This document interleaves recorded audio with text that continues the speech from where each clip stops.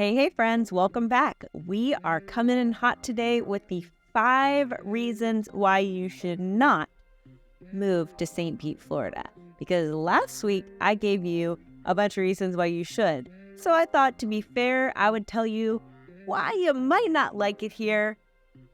These are my opinions, but let's see what I got. Let's go.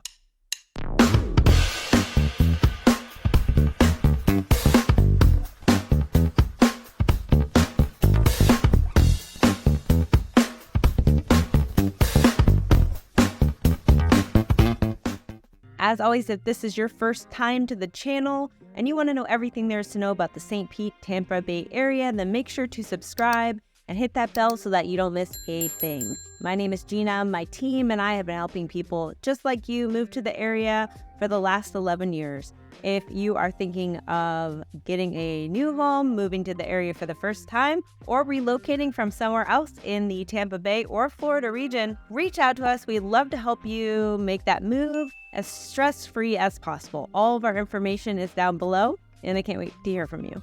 All right, so let's jump right in. I'm going to give you the 5 reasons why St. Pete might not be the place for you. And it's kind of funny to talk about the first one because maybe you can tell, maybe you can't. I'm kind of flushed today. It's hot. It's very hot. But that's a general reason why Florida in general may or may not be a fit for you. But it reminded me that in the summers in St. Pete and a lot of other places, but in St. Pete, because we are close to the water and we are on the intercoastal side, so the east side for the city of St. Pete, not so much like St. Pete Beach or something like that, but we don't have a huge sea breeze. And with that comes more mosquitoes. And when you have that, you just have to be aware that during certain times of the year, they might hatch and become a nuisance. And summertime is definitely one of those times. So that's one of the reasons I would say that St. Pete's not super amazing, because there are sometimes a little bit more mosquitoes than I would like. Although I'm sure if you went anywhere else in Tampa or anywhere else in Florida for that matter, you'd probably find mosquitoes, but add on snakes and alligators and all the other gross, annoying bugs that reside down in the state. But keep in mind, that is one of the things where, like, for example, if you were on the east coast of the state and you have those really like daily intense breezes from the ocean, you don't tend to have the same reaction, or you don't feel the same way as far as like the mosquitoes. You don't notice them as much. But if that's not a big deal, then this might not be such a con.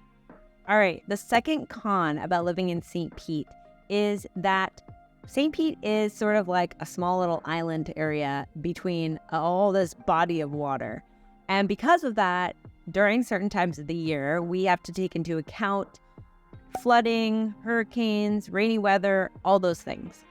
And so what I'm going to show you here, if you take a look at this picture that I'm popping up on the screen, you'll see that St. Pete, as you like look at the whole area all the way up to Palm Harbor and above, the red areas designate evacuation zone A.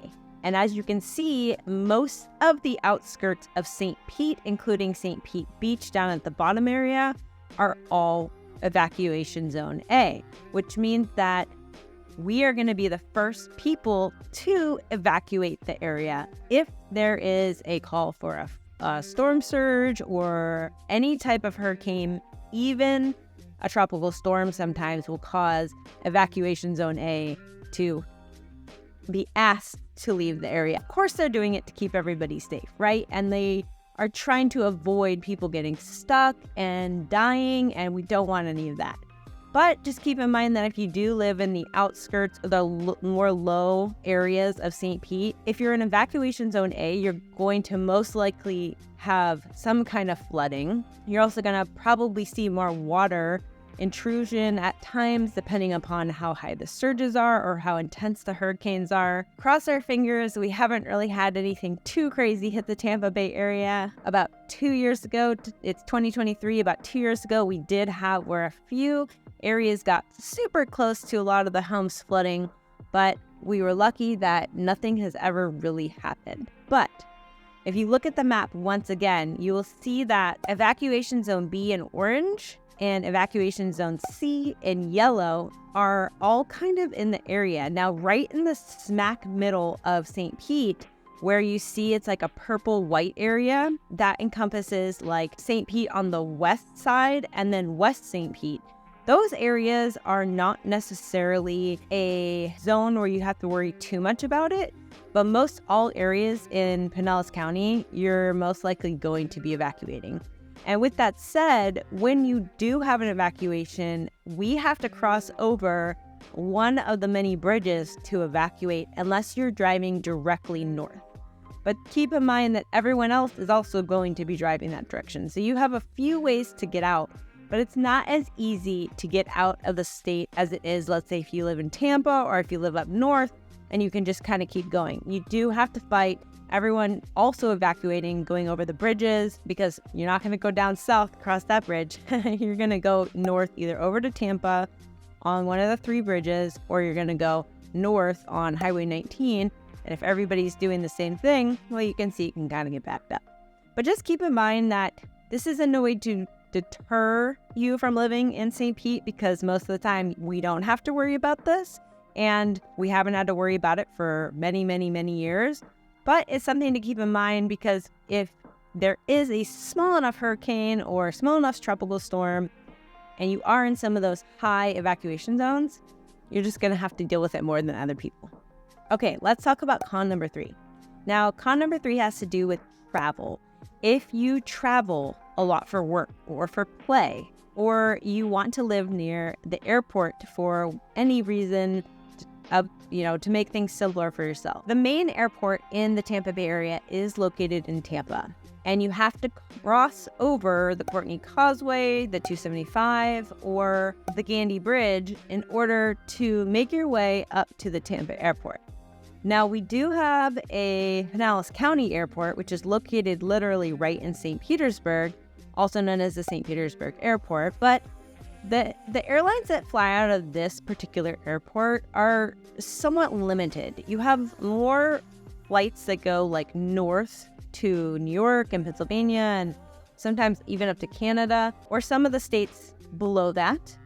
But if you're looking for major international flights or flights that go across the country, or just more options for flying with some of the very large airlines that you're going to maybe find more deals with, or maybe your company has, like mileage, or you have like a mileage plan or something like that, a lot of those flights and airlines go out of the Tampa airport.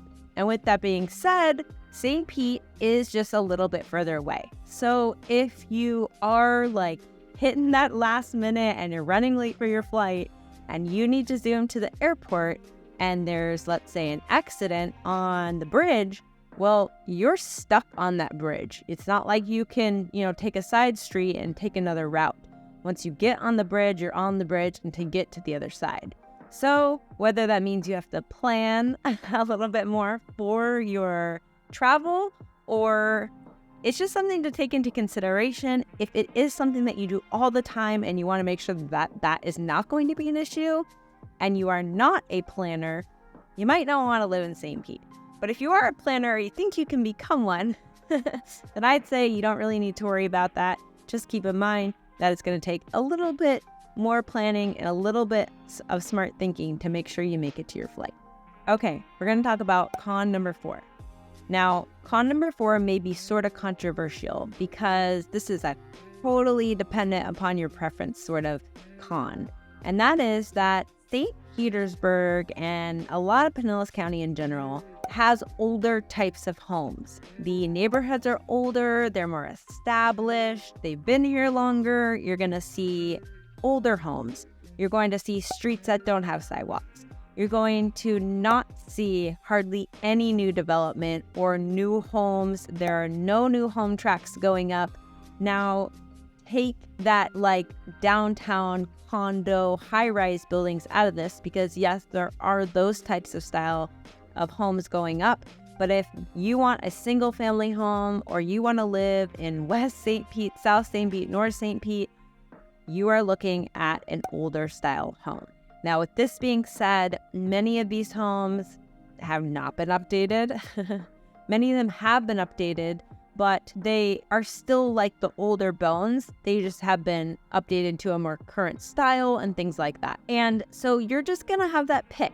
Some people buy the smaller homes and then they just knock that thing down and they build what they want. But if that's not something that you can afford to do, or that's not something that you even want to take the time to do, then you're looking at just older style homes. I'm not going to say that they aren't cute and adorable and wonderful and have a bunch of personality that some of the new builds do not have. But like I said in my other video, I'm kind of a St. Pete fan, so I do like the cultured areas for sure that St. Pete does have. But if that's not your cup of tea, then you might want to head up to Tampa and find some of those new build communities, or over even to the further east side of Tampa, like the Brandon area and over that direction, because they definitely do have more new communities going up there. Okay, and last but not least, my con number 5. And I don't want to scare any of you away from coming to this town because it is a super great area and I think that you actually would like it. Since we're talking about cons, I have to tell you that because of all of you wonderful friends coming here to the Tampa Bay area, we have definitely seen a lot more traffic and congestion in this area. The roads that used to be a quick trip north and south, 3 lanes, north, 3 lanes south, that were simple and not too busy, they have become super busy freeways. We used to have, roads that had stoplights, like all the way up. If you're familiar with Highway 19, that actually never used to be a freeway. It used to be stoplights. But over time, as we grow, as cities grow, as people move, that has totally changed. And now today you will see they are doing highway connectors. They're connecting the west side to the east side of Pinellas County. They're changing the infrastructures of the freeways and the land to make this traffic situation a lot better.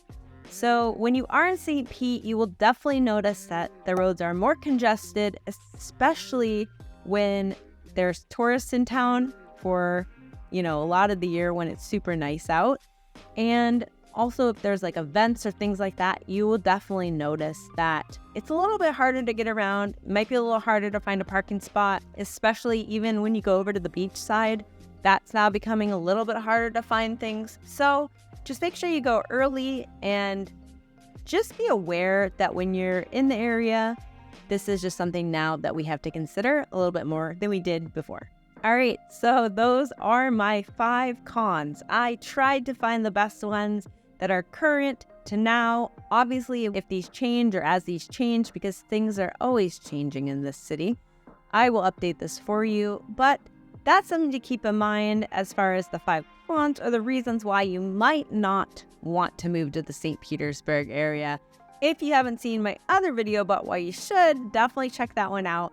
And like I promised you, I will definitely throw in a Tampa video as well so that you can really get a good understanding of comparison of all the cities in the area and make the best decision for you. As always, if you have any questions, comments, anything, throw them below. I read them. I love to hear from you. And thanks for hanging out with me today. I will see you next time.